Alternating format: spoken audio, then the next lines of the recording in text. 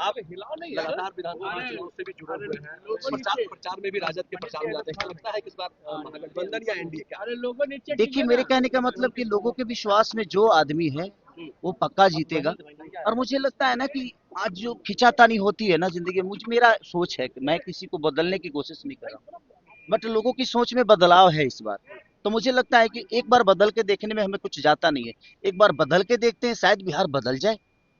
क्योंकि देखिए, बार बार बदलाव में, देखिए मेरे कहने का मतलब, सब बहुत सारे लोग हैं, लेकिन आज तेजस्वी भैया ने 17 महीने में बहुत सारी चीजें की।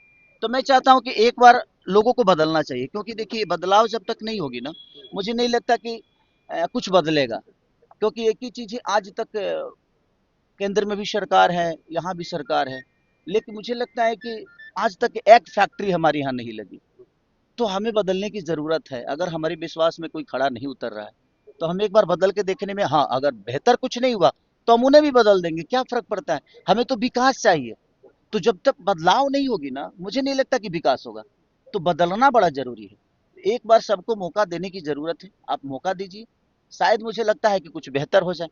हम ऐसे सोचेंगे कि बेहतर हो जाए तो नहीं होगा।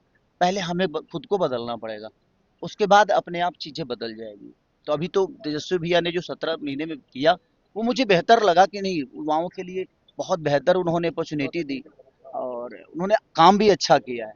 तो शायद चीजें बदलनी चाहिए। मेरे हिसाब से बदलेगा तो बिहार कुछ ना कुछ तो बदल ही जाएगा। पवन सिंह और उनको लेकर काफी चर्चा है, क्या लगता है कि बेवजह चर्चा है, पवन सिंह को ही इसमें आगे आकर पूरी तरह से मामला को ठीक करना चाहिए?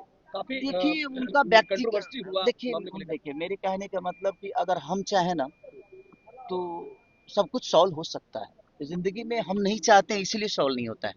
आप अगर चाह दो, पाकिस्तान और हिंदुस्तान के झगड़े सॉल्व होते हैं कि नहीं बैठकर? लड़ाई से तो सॉल्व कुछ नहीं होता।